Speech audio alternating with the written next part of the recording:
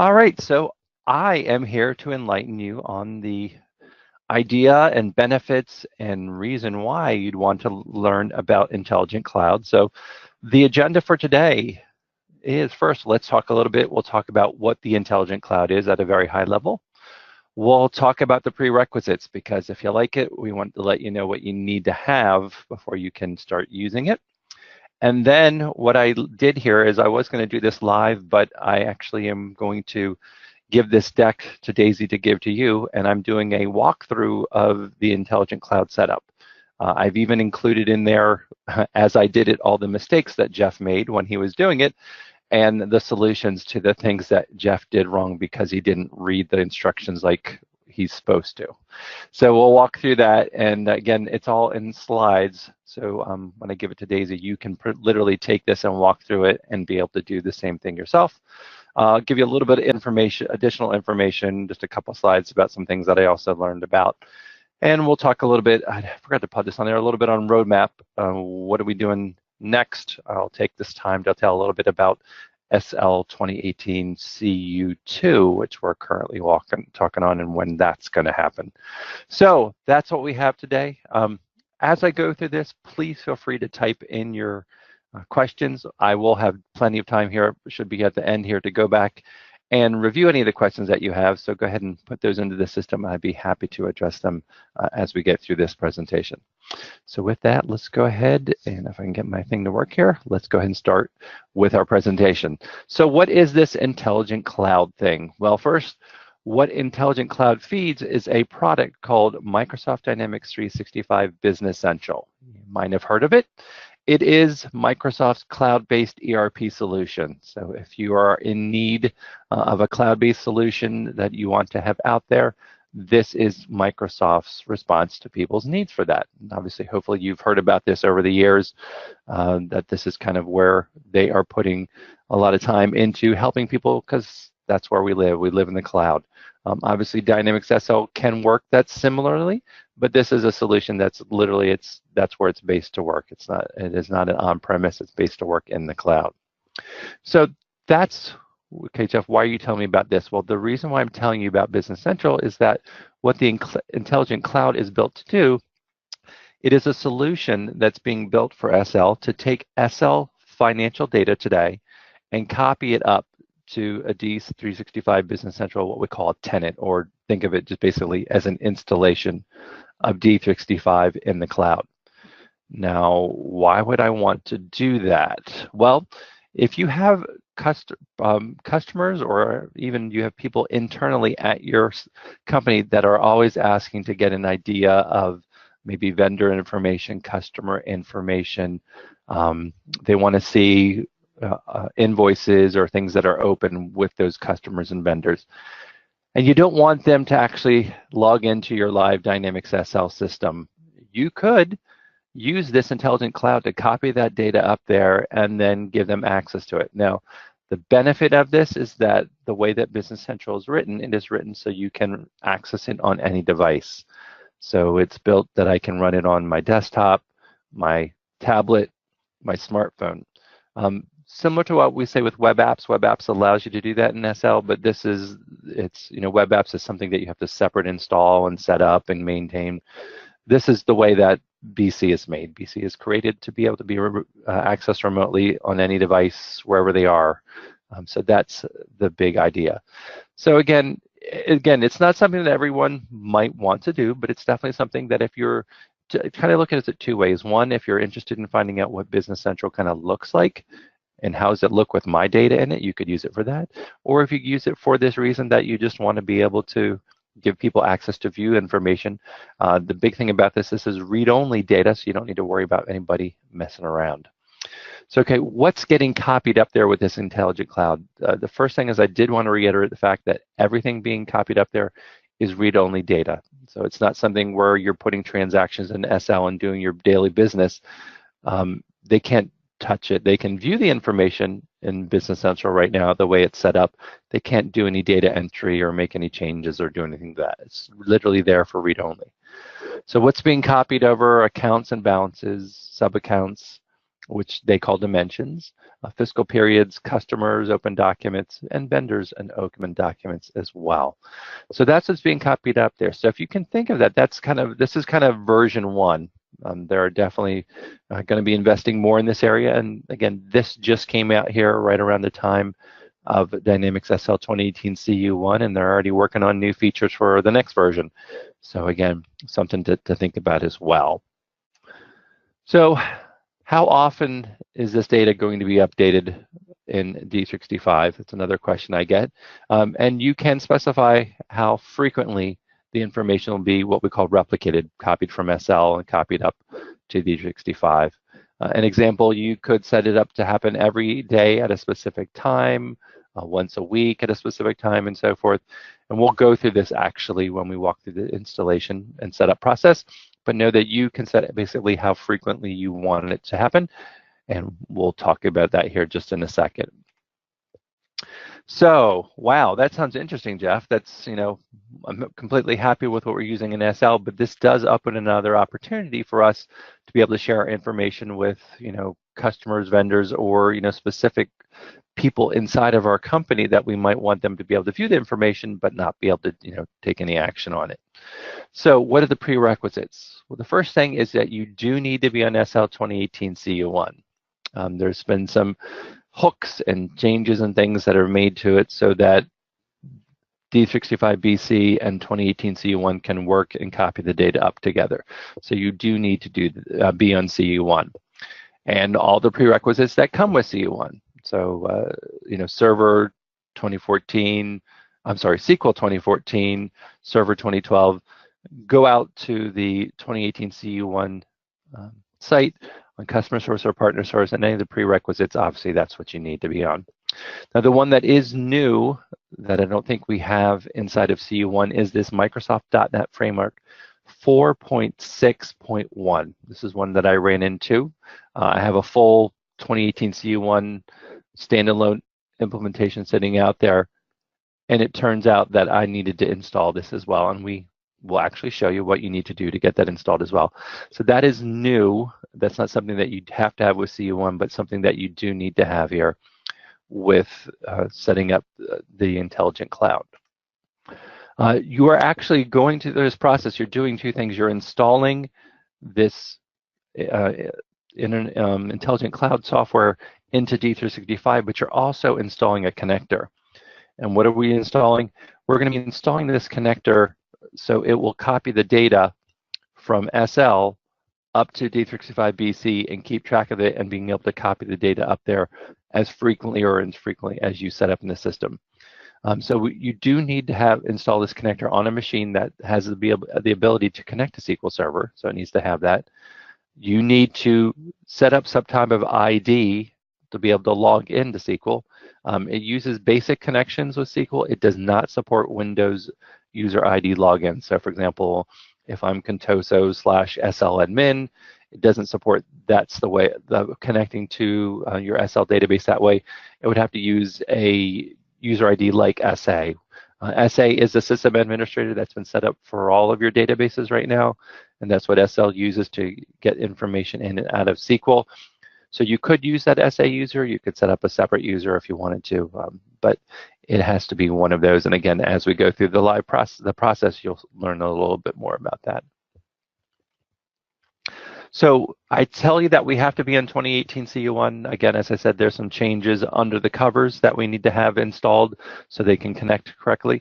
But there's also some things that changes we've made to 2018 CU1 that I want you to be aware of that kind of impact or help you with your connection between the two.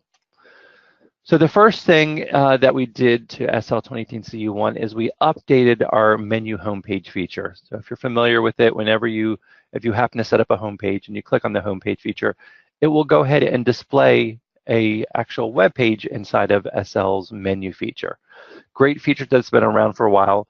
What we've done is we've updated so it'll work with the more modern websites you might be might have used it in the past and see that some newer sites kind of give it an error message, and it might still display sort of, but it won't look as nice as you'd want it to. So what we've done is we've made this, so here, example right here, I'm logged into customer source, so I can have that set up here. So as I'm working on SL at any time, I can click here to get more information about customer source. I have a question, or I want to go into the SL directory to learn more about what's coming out in SL.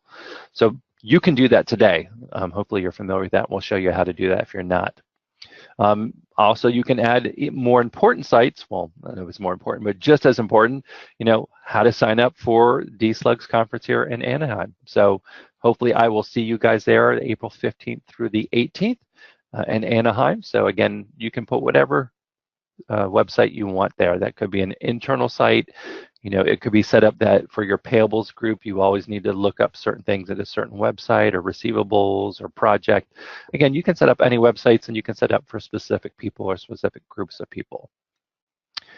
So one of the other changes we made to this, to SL 2018 CU1, is the ability to copy a home page. So you'll see right here where it says homepage, it gives me a URL.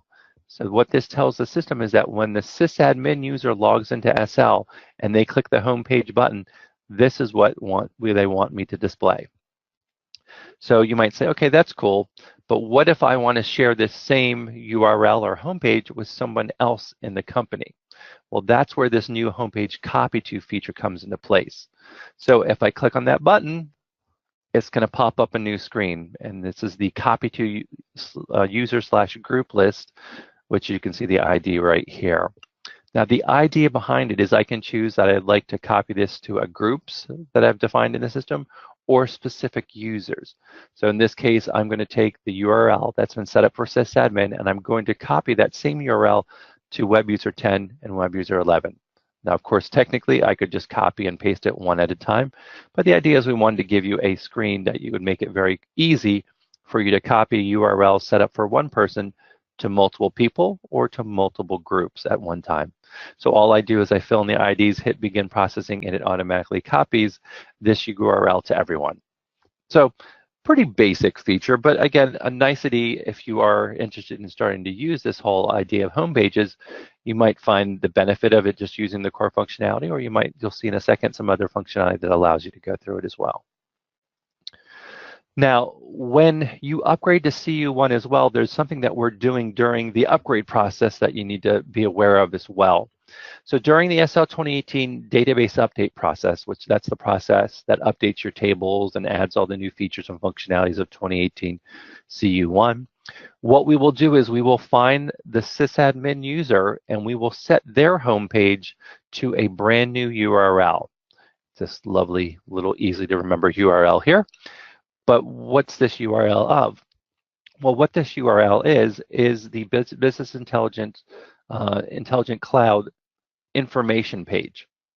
So what this means is that if you log in to your system after the upgrade as the sysadmin, this home page that says, hey, you want to learn more about this intelligent cloud and the intelligent edge and what is it and how do you sign up for it, this will automatically default for you into the homepage feature of Dynamics SL.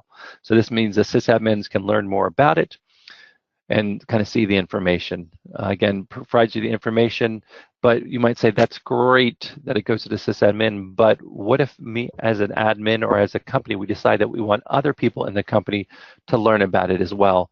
How do I share that information with other people? Well, that's where that lovely feature comes into place. So the idea is that you would come into the system as a sysadmin, you'd have that URL, we'd use that copy to feature to copy it to specific users. Maybe it's, it's Daisy, it's Jeff, they want to learn more about it, so I'm just going to come in here and copy that URL so they can start learning about it. So the idea behind it is that you might decide, yep, we do want to sign up for the business intelligence, the BC Intelligent Cloud trial, and I'd like to sign up for it today and start using it. So if that is true and you decide to sign up for the trial and you go through the process, which we'll learn about here in a bit, and you decide, oh, this is great, I really like it, I want to be able to take it. So then what you could do is once you sign up for the trial and you've got your data copied up, you could take that URL that you have up there and you could copy it into here And this could be the URL for you accessing Dynamics 365 Business Central right into here, into the homepage, and then use the lovely copy feature to copy it to other people. Now other users can now log into SL and view that information inside of BC. So what do I mean? Well, that means that here's Dynamics 365 Business Central. I can now view the details of what was copied up there that we were talking about up inside of SL without having to jump out of SL. So I can be in here looking at my financials, click on the homepage, and view how it looks inside of BC as well. So again, that's an example of a scenario that hopefully you can kind of understand where you would want to go with that. So with that, let's go ahead and start talking about how do I start getting into this thing and how do I sign up for it. The first thing that you need to do is sign up for a Dynamics 365 Business Central trial. So first of all, I would definitely highly recommend that you talk to your partner and discuss D365 Business Central.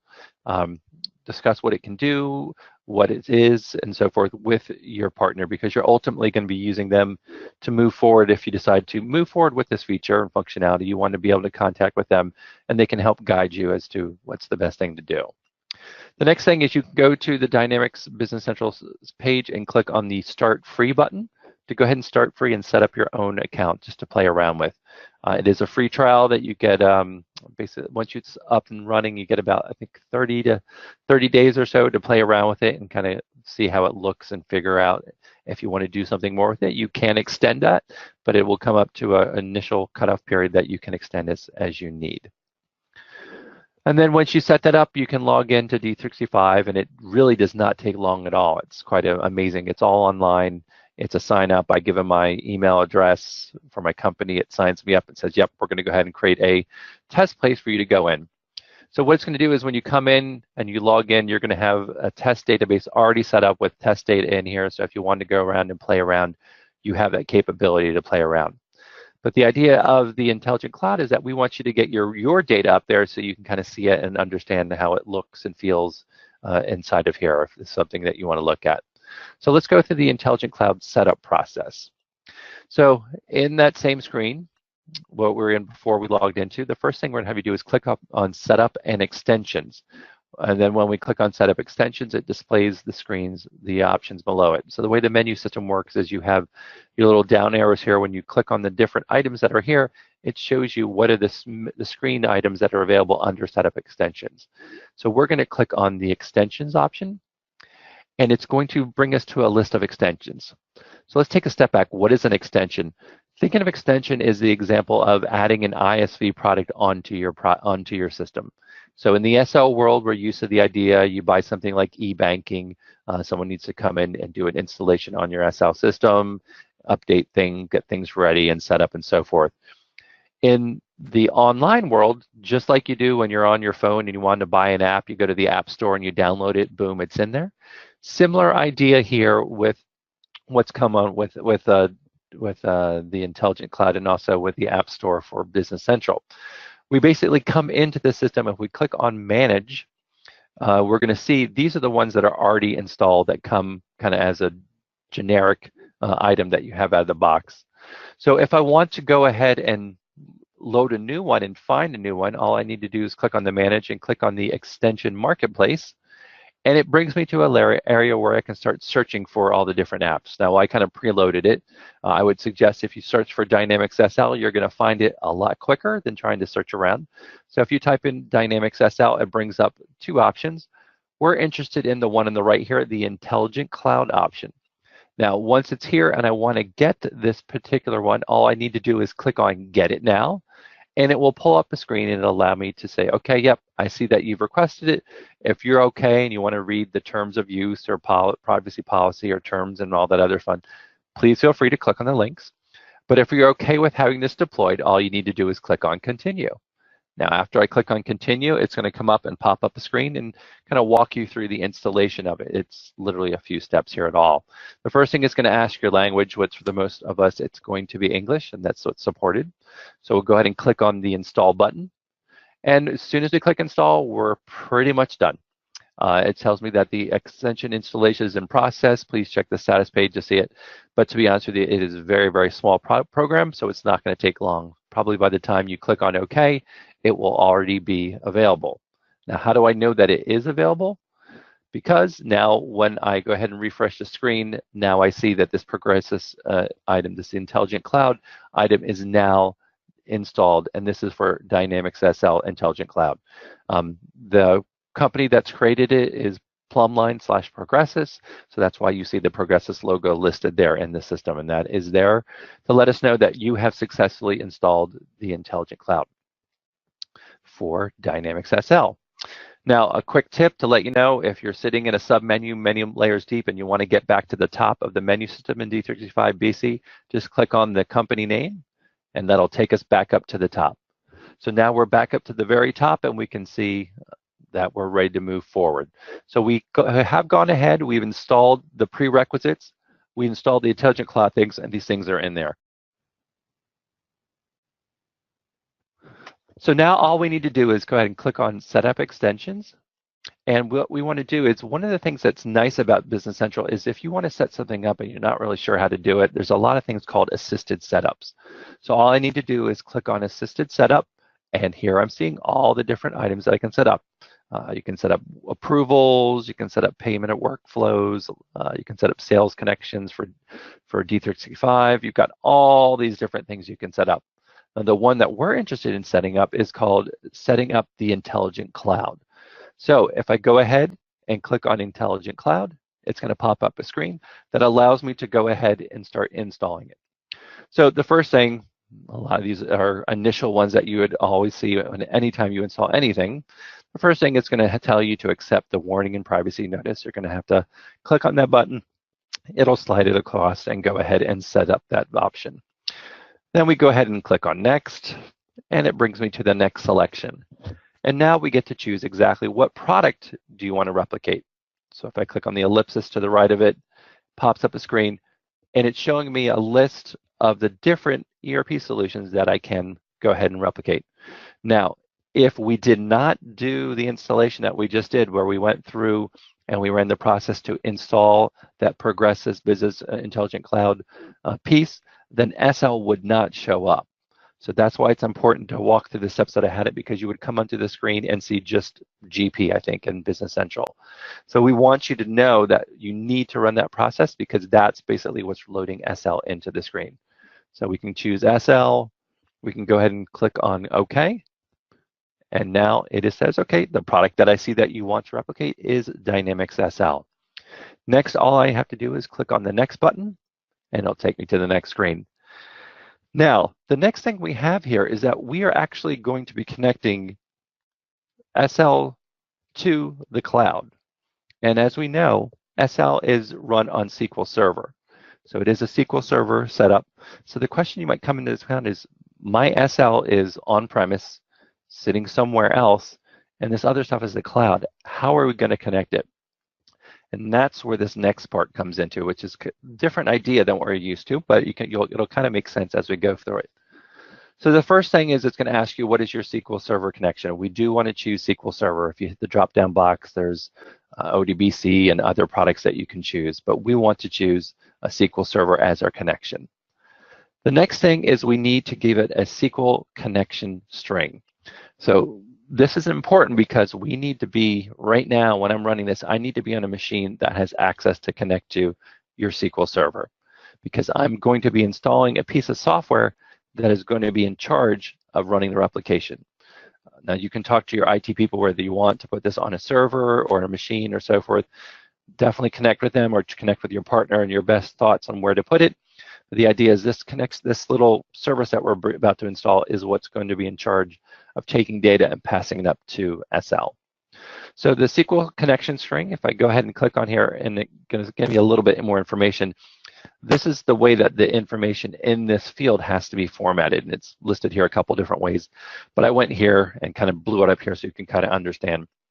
So the first thing is, you need to type in the word server equals, and after server equals, you need to give me the name of the server that SQL is running on. In my case, on my demonstration virtual machine, it is Dynamics 01 is the name of the server. Database equals is what you put next, and then the name of your system database. So I've got multiple demo system databases out there. I happen to choose one called SO Demo System 2 that's sitting out there. So then all you need to do, again, is put your system database in here. Next, you put user space ID equals and then a value. Now, as I said, it does not support using a Windows login, so you couldn't put Contoso/SLadmin, which is something I use for all my demos. I actually have to use the basic user that's been set up inside of SQL. In this case, I know that SA is in there and SA is valid, so that's what I chose for my demonstration. You might choose to create your own user ID to use for this purpose only. That's fine. Then I type in the word password equals and then the password, and I just typed in the word password. So it is whatever your password is. So this is the format of the data. Again, you can see it all highlighted here. If you want to highlight it, it would tell you exactly the same thing. But this is an example of one that works, the one that I use. So I needed to copy that, and I pasted that right into this little box right here. Again, what it's telling you down here, again, it just supports a basic SQL login, no, it should say no Windows logins. I apologize. So it's a basic login, not a Windows SQL login. So you need to make sure that's the idea of this. So once I paste that into there, it's going to show up in dots, and then it's going to say, ask me to go ahead and hit the next button. So if I click on next, what it's going to do is bring me to a page where I am going to be asked to download this self-hosted integration runtime product. So this is something that we are going to install locally on your machine. That's going to be connected to your SQL server using that connection string, and then it's also going to be connected to the cloud to pass that data up to get it up to D365 Business Central. Now, as of note, you're going to click on the link to be able to install this piece. Of note, you're going to make sure it's going to prompt you to probably turn off your pop-up blocking. If you have pop-up blocking on, which most of us do, nothing is going to pop up and allow you to start downloading it and installing it. But if you go ahead and turn off pop-up blocking, it's going to go ahead, as you click on that, it's going to take you to this website. And I can't guarantee that's always going to be the location, but that's the one that I found when I was doing it. And basically what it's going to download is something called the Azure Data Factory Integration Runtime. So in this case, when I clicked on the link, it took me to a web page. Here's what I found is now it's going to let me to download this feature. So I choose your language, click on the download button, and it's going to download this thing. Now, what is it downloading? This is that SHIR thing it was talking about. So it is downloading a piece of software that's going to sit here on your network. And the idea behind it is that, again, we're going to install it and connect it to your SL database. And it's going to go ahead and you're going to tell it, I want you to send this data up to Business Central. So what it does, and not to get too technical, but it's taking the data and putting it up to a Azure area. This basically is a location where it stores the initial data. And then once the data is stored in this Azure location, then the SL Intelligent Cloud information goes, oh, there's data there. I know what to do with it. It grabs the data, uses its own code, and then pumps it into Dynamics 365 Business Central tables. So now the data is sitting up in Business Central, and it is available for us to view. So that's kind of the technical back end of what's going on. And just to kind of give you an idea, because you might say, what are we installing? We're installing this kind of piece right here on our server that's going to be able to tell it, here's the data, and here's where you need to take the data and copy it to.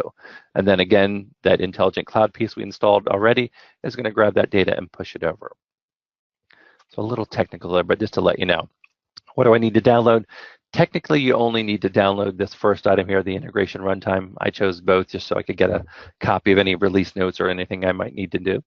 But I just needed to click on the items, go ahead and click on next, and it's going to go ahead and start to download and install this runtime item.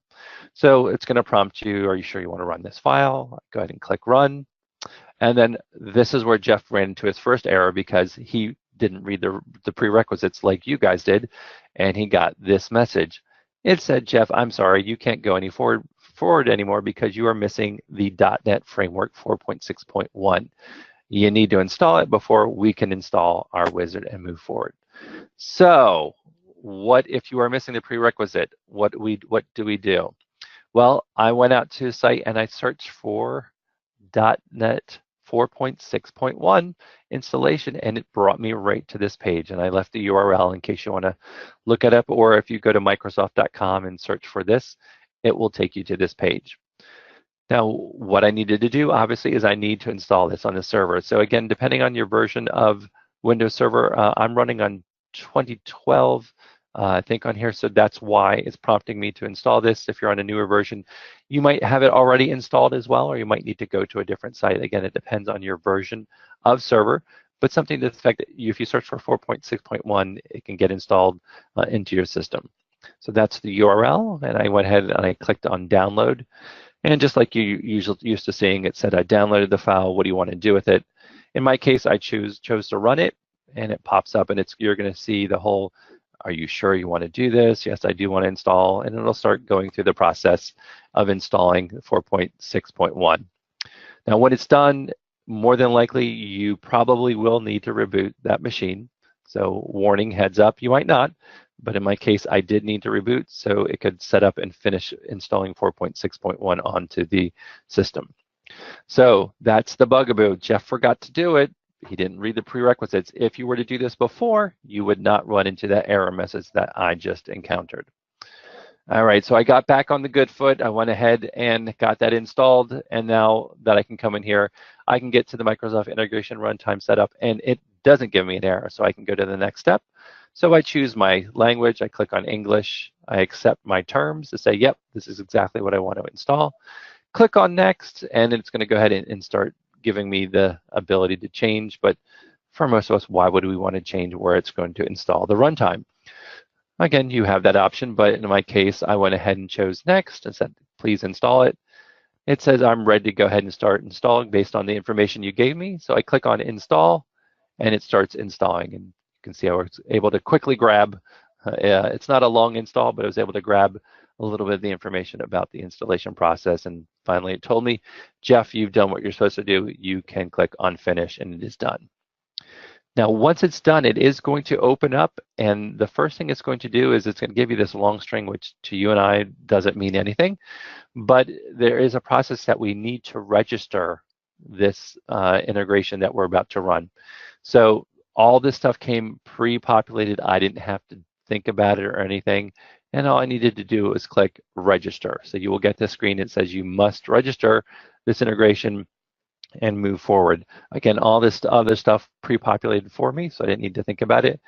And it says, yep, we've done it. We've gone the integration. We are done setting it up. Thanks for playing, Jeff. And I just need to then go ahead and click on finish. Now, the different thing now is that when it came back to the screen, this whole authentication code that we were that was previously blank is now pre-populated for me, and it is ready for me to move forward with the next step of the integration. So think about that screenshot before. We've now set up that piece that connects from your SL database to the Azure cloud. And so now we've set it up, and it says, yep, I have the connection, and I know what I need to do and what to connect. So the next thing is it said, I'm working on it. I'm going to go ahead, now that I hit next, it's going to go ahead and make sure everything is good. And error number 2 that Jeff got. Jeff did not read the prerequisites about how he could install things. I got this message, make sure your integration runtime is successfully connected and try again.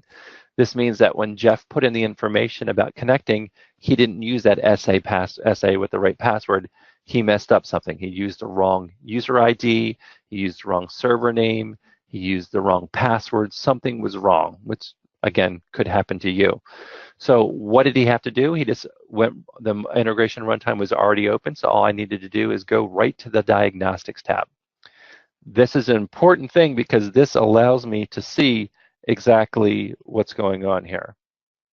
So if I come in here, this is where I can check and see, well, geez, I thought I put everything in right, but maybe I didn't.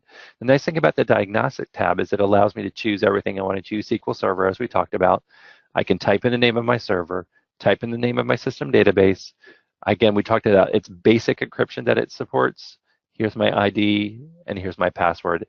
And then I can hit the test button. Turned out I had put the wrong ID in. I was trying to do Windows when you're not allowed to. So I learned my lesson, because again, that's why I put those prerequisites in.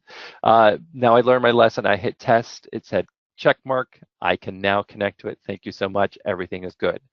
Now, because I put everything in here and it works, now I know this is the right information. Because I put it in wrong, I do need to go back to that previous screen and re-enter my credentials. What does that mean? I need to go back in here and I need to enter the correct information. So the first time I did it, I didn't listen, I didn't read, and I didn't note that I couldn't put in a Windows user ID. I entered in the correct information, and now I had to do the same thing again and move forward, but everything worked this time. Now, if I had done it right the first time, I would have been, after I hit that next button, it would have taken me right here. So I've skipped steps so you don't have to see me enter it in the right and go through the whole thing again. But the idea is when it connects and it works, this is what you will see after you hit the next button. What it does is it goes to your system database and it grabs all of the databases that it, or excuse me, all the companies that it finds that are sitting out in your databases. So if you've ever seen an SL demo, you're very familiar with all these companies. They are all standard companies that we use for any demos if you're using your demo databases. Now I can go ahead and I can pick and choose exactly which companies I actually want to bring over into D365. You might have some old ones that you don't. So you can do that, or I can choose to click on the replicate all companies and it'll select them all, and I'm ready to move forward with here. So then again, now I've told it, we've set it up, it has been able to successfully connect to my SL application system database and find out all my companies. And all I need to do is click the next button to start the process. Now, one of the things we talked about is how frequently will it do it? Well, you have the ability to set up as frequently or as infrequently as you like. I've gone ahead and turned on a schedule. You've got daily, it's weekly, there's probably other options in there.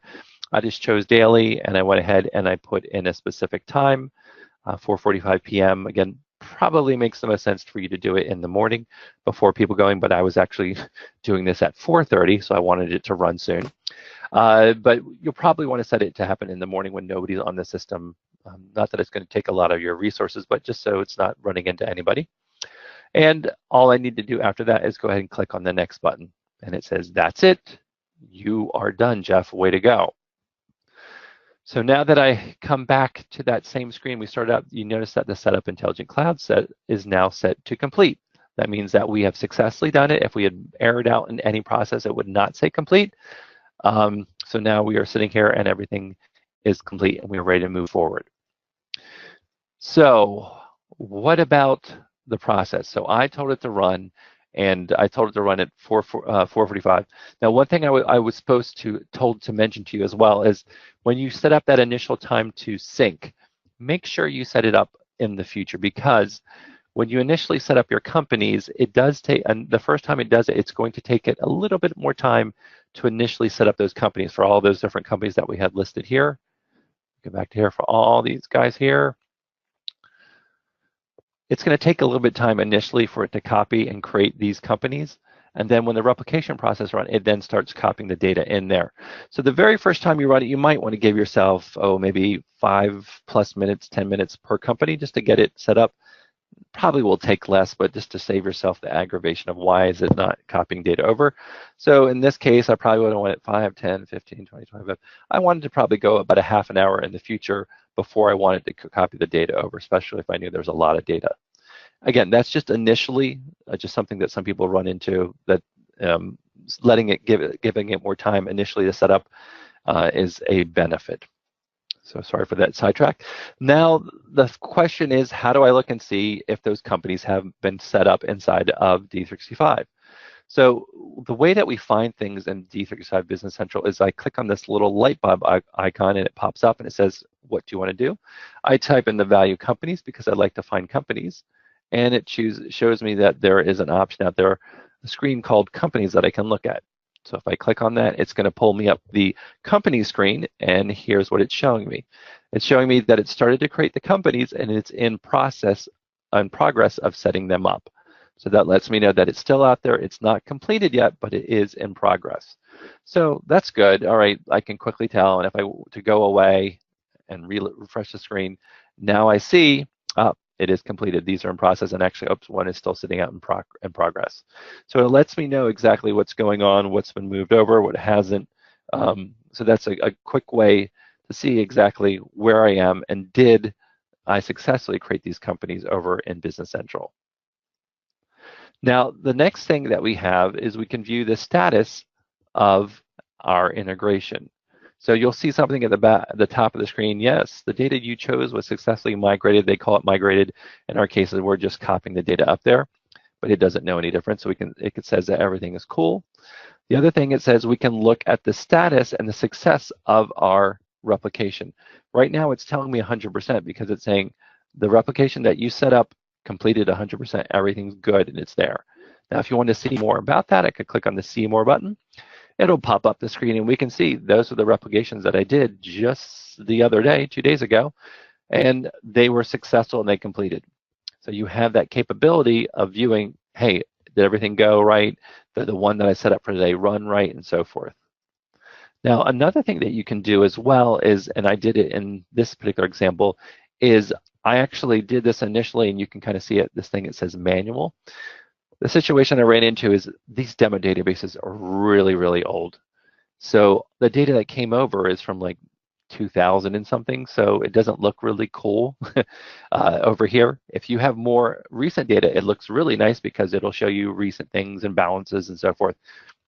This data is so old, it's just looking at you going, wow, this is terrible. Why would you bring this over, Jeff? And I could understand. So there is an option, and if you click on the Actions button in the screen, there is the ability to run the replication now. So what I did is I went into my SL database, I put in a transaction or two just to make sure I could have something to show you today. I put 2 transactions into the system, and then I came over here and I ran the replication. And it said replicate now. And what that does is it goes ahead and starts the replication. It doesn't wait till 4:45 for the next time for it to start. So that went ahead and ran. So now I have that all set up and run.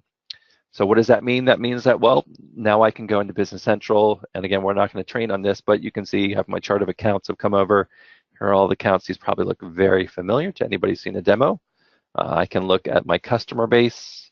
Anybody who's seen my Avatex demos, you can see my Avatex customers out there. We can also see my vendors, and you can see, whoops, I could have sworn I took it. I apologize, I'm so hidden.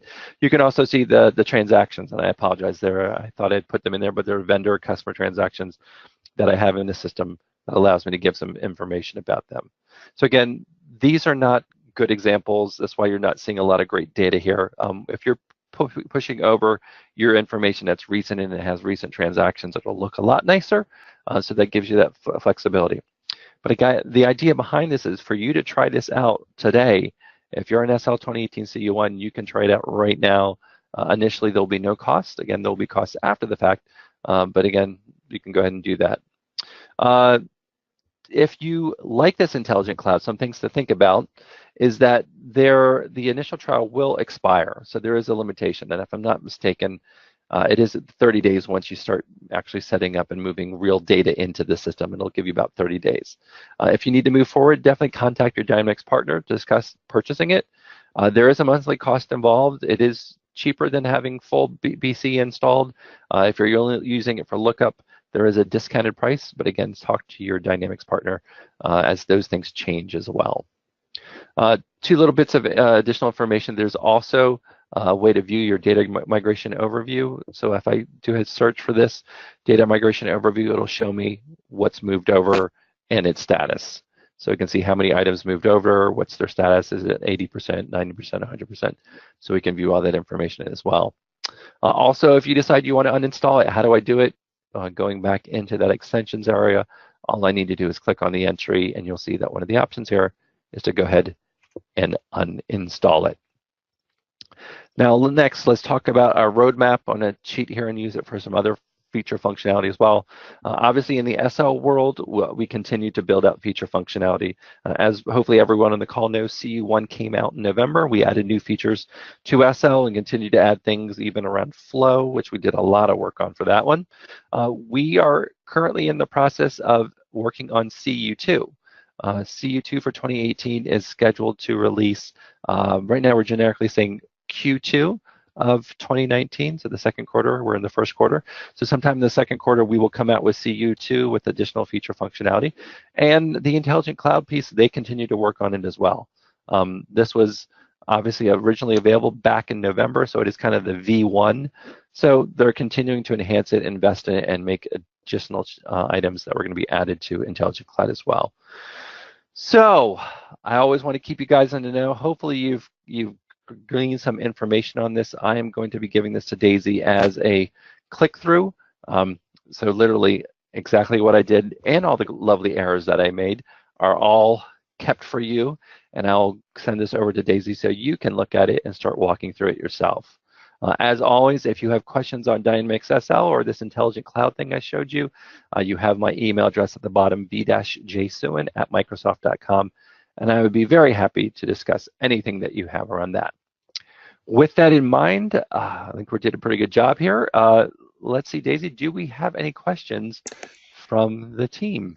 Yes, it looks like we've had a few questions come through, so why don't we jump into those? The first one, what are the plans for distribution and project data to be replicated? Good question. So there is a plan on that right now. I can't give you the details of exact dates on that.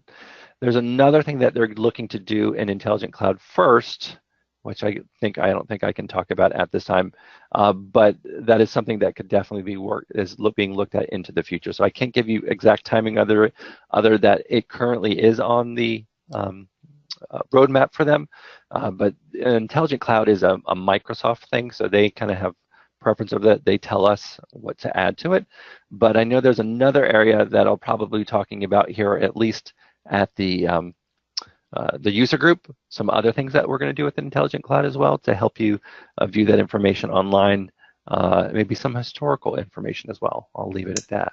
Okay, sounds good. Next question, Steve is wondering, will the project ID and task come over? Well, again, in the initial Intelligent Cloud, that is not currently what it does. The project does not come over. If you are talking about maybe migrations, there is another tool out there that if you're interested that will migrate your data, and project IDs and tasks will come over with a migration. Again, once we get to that with the Intelligent Cloud, that's a possibility as well, but right now that's only during the migration process. Okay, sounds good. Next question, does this only allow for reporting? Yeah, it really only allows, you technically can go into the screens. Again, if you have updated data, you will see information about things that are owed to you. So one of the things that BC has built into it is some kind of Power BI information into it, showing me things that are happening with my vendors and my customers. You can view that information and you can run reports. That's really the focus on it, so you can kind of get that and share that information with the people that need it, or just kind of get a feeling if BC is something that you're interested in.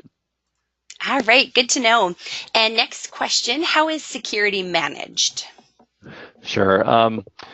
The details of that inside of Business Central, you will be using some type of user login, obviously, and then being able to set access rights. Similar ideas to what we have inside of Dynamics SL. So when you create that initial tenant, you're kind of set up as an admin user, and that admin user can pretty much do anything. But then you can add additional users on top of it and limit their ability to do things.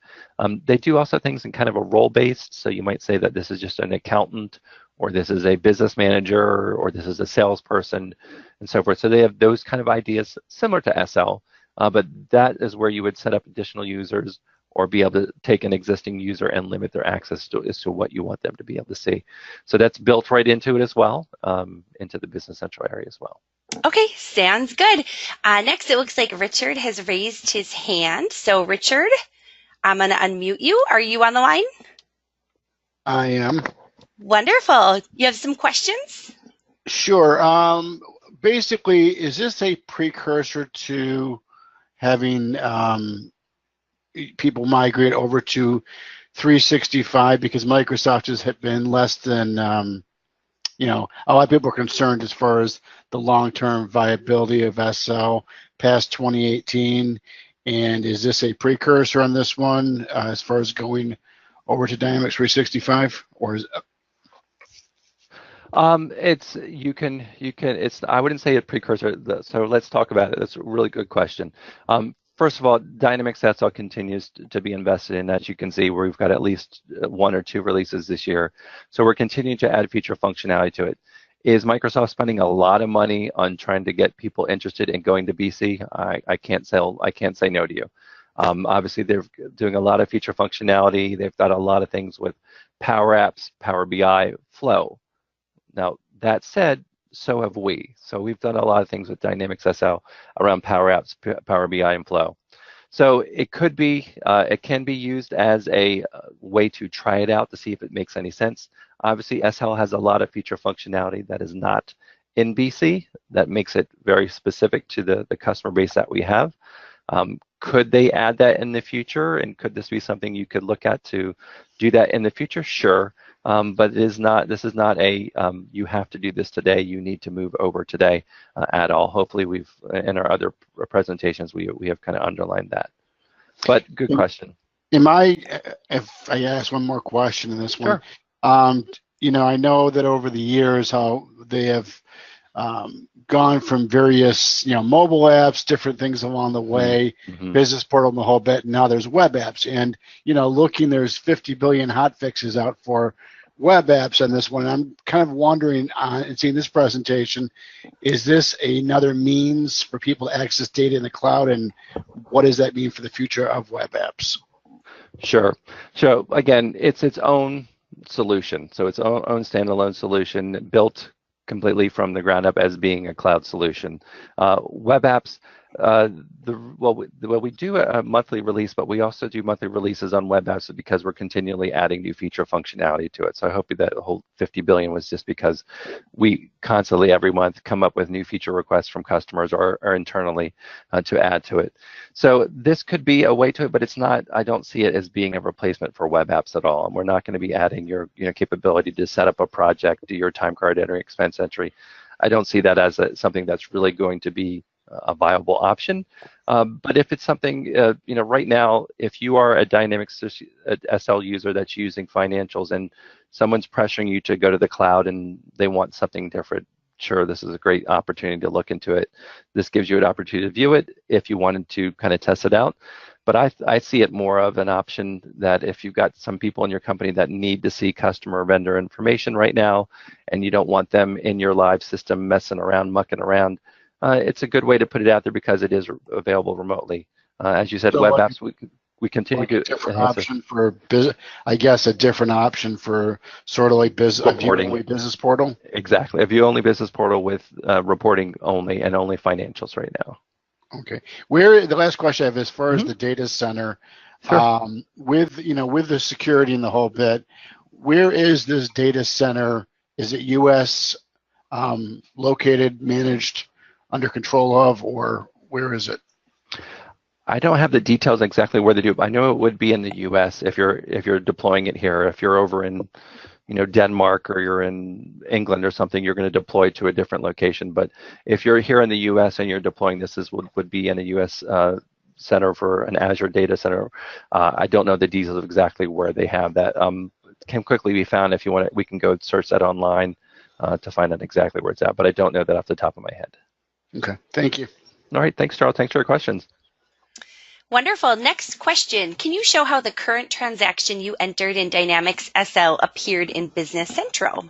Sure. And actually, I thought I could have sworn I had those screenshots in there. Let me go ahead. And this is going to be a little bit small, guys, so I apologize. And I need to wake up my image. All right. Let's see if speed will work for me today. All right. So it is waking up. Of course, as I say that, it's going to just look at me. Okay. All right. So this is backup replication. I'm going to go back to the source company. And let's see. It is under. Where did I put it? I put it under a. Okay, can he do this live? This is not his home field. He feels scared. Let's see. I am missing. It is somewhere else where I need to get this. Where is my? All right. I am. Of course, I'm not going to find it because it's supposed to be easy. Let's see, where did I put it? I apologize, everyone. I'm really good at SL. Does that count? for any, I can't remember if we bring it over in a sales invoice or a purchase order. I apologize, everybody. This is Jeff. I did have a screenshot of this somewhere, but I don't have it now. And Jeff, we can always include it in the follow-up too, because I apologize. Yeah, I apologize. I did it 2 days ago. I had it, and I could have sworn I put it in my deck, but I must have left it out. Sometimes that's just how it goes. But just a reminder, everyone, the recording will be shared. We'll have the link, and then we'll also include Jeff's slide deck too. So, Jeff, if you want to throw that in there as well, that would work perfect. I will definitely do that. I apologize, folks. Again, it just comes over as a basic general journal with a customer tied to it or a vendor tied to that particular customer. And I'm wondering if I'm in the right company. That's why. Oh, I'm not in the right company. That's why I'm not seeing it. That means I have to remember what company I duplicated. Okay. All right, I'm going to exit out and gracefully say, yes, I can get that. And what I will do is I will actually include this in the slide deck and paste it in to just show you an example of what it does look like once I'm in the right company, and include that in the slide deck that I set to Daisy. So I apologize for that, folks. I could have sworn it was in there already, but swearing isn't good. So there you go. That works perfect. Thank you so much, Jeff. Thank you for sharing your knowledge today and lots of great tips. And thanks everyone for joining us and all the really good questions. Yes, thank you so much. Makes it so much better. Yeah, that was great. So hope everyone has a great rest of the day. Like I said, we'll be sending out the link and then also the PowerPoint deck. So be on the lookout for that. And then we also hope you can join us January 30th for our next webinar, which is Forecaster. So if you want to come and learn the most efficient way to maintain your forecaster, join us then. Otherwise, have a great day. Thanks again, everyone. And thank you, Jeff. My pleasure, everyone. Have a great day. All right. Thanks, everyone. Bye.